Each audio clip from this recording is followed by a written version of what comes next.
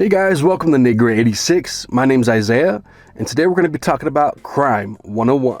Welcome to Crime 101, guys. Welcome to Crime 101. This is a 2026 movie, of course, and it released Friday the 13th, February, and it stars Chris Hemsworth, Mark Ruffalo, Barry Keoghan, and our babe, Halle Berry. It was funny because I came up with a title, like a goofy title, parody title, saying Thor, Hulk, and Catwoman driving up and down the 101.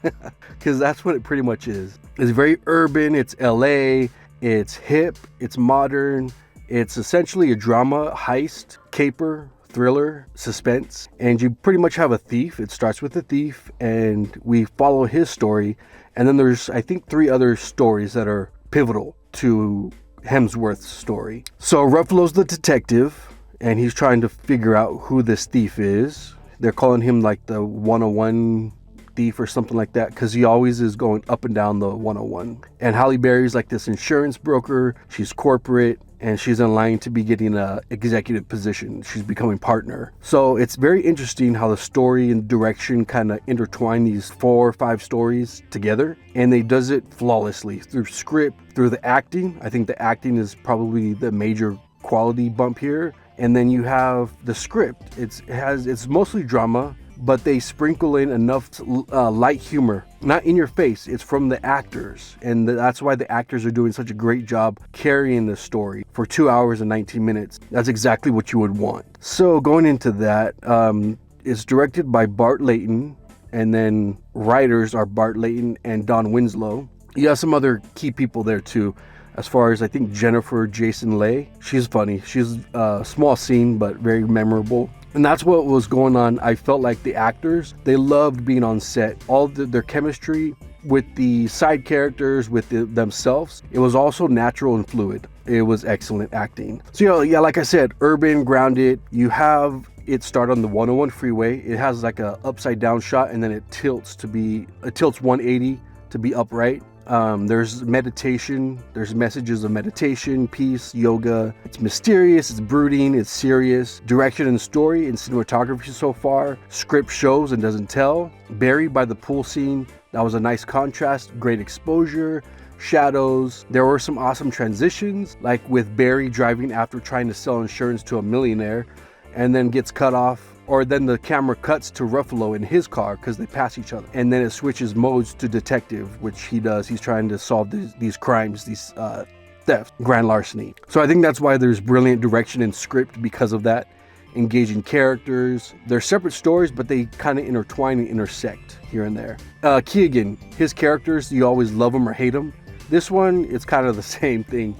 He's very quirky, kind of alpha, but like in your face, he doesn't care. I think his acting to his performance, he's brilliant because I think this character is a one-dimensional character in script, but Keoghan, he makes it like a 2-dimensional character with the way he talks and kind of taunts the protagonist. I especially liked Keoghan's intro on his motorcycle. It's playing some nice hip-hop music, and then you see his character for what he is. I love intros like that.